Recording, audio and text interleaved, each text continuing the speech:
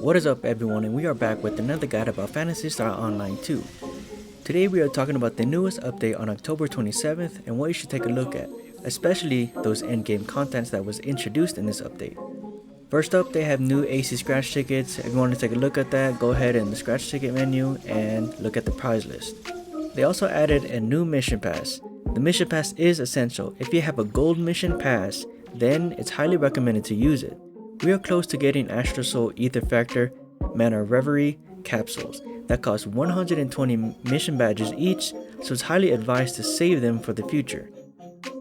And these mission badges are acquired in the mission pass. On top of that, when you reach level 30 on your mission pass, you get the Finder's Materials, which upgrades your Profound Zion to its 15-star counterpart, which is the Celestial series, and that one upgrades to a 15-star Lightstream weapon, but I believe they're called Trailblazers in the global version.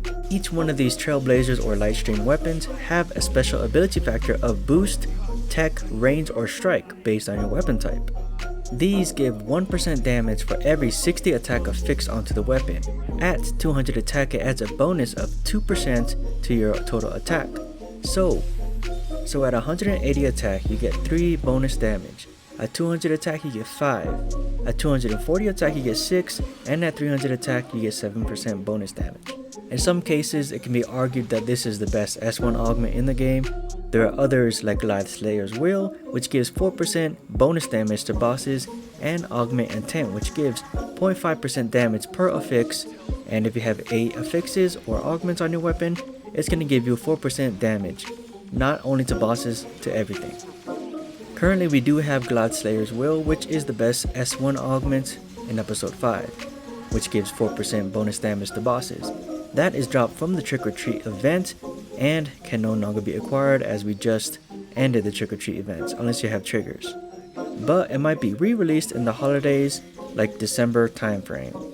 New Zeinesis will be released in 2021, so it's highly unlikely we're going to see another Trick or Treat event. The downside to these Lightstream or Trailblazers SAF S1 augments is that in the literal endgame you cannot get 200 attack affixed onto your weapon unless you disregard one of your S-grade augments, because you're going to have 5 S1 augments and then 3 regular augments to work with for 200 attack, which is impossible.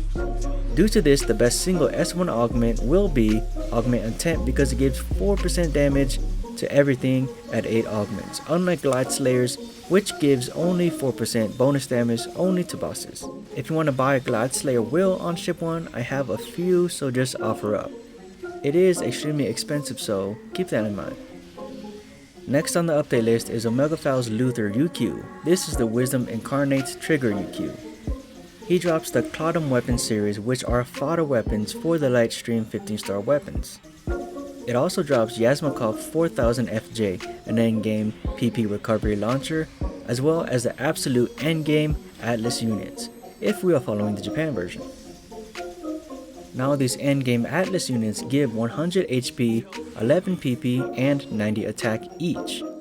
If you're wondering, the 13-star Officio units give 120 HP, 13 PP, and 60 attack each, but better defense and resist than the Atlas versions, but lower attack. Then there's the Lightstream or Trailblazer units that give 100 HP, 16 PP, and 65 attack, with more defense focused on dark resist than the Officia versions. As you can see, these 3 unit sets are nearly the same with little differences here and there. It's really up to you to decide what path you want. However, the best unit in the game is the Crass units, and that's endgame for Phantasy Star Online 2. In my opinion, I would focus on one of these 3 sets, then farm for Crass when it comes out. Those Crass units barely came out in the Japan version, so we have quite a while even though we're on a fast track to endgame. Next up on the list, if you didn't know, you can now trade 12-star units, including those 12-star Officia units that drop from Profound Darkness. This is good news because I've been farming Profound Darkness for these specific units, and now I can just buy them on the market for less than 10 million each. So an easy path, in my opinion, is the Officia units. Then you can augment your hard time on these 12-star units, and when the 13-star upgrade comes about, you can upgrade and increase your damage even more. Then keep these until the Crass versions come out.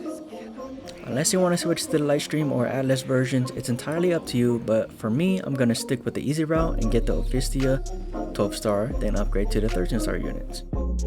Now that's it for the endgame content that was released in this current update.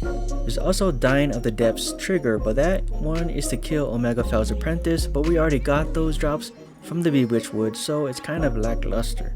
Lastly, you can now buy triggers from the badge exchange shop. Just head on over to the shopping center up the stairs and you can exchange your unused weapon badges for these triggers. There's also some issues fixed and names changed like Augments. And that's it for this video. If you liked this video and it helped you out, please hit that like button and subscribe for more videos. Thank you all for tuning in and listening, and until next time.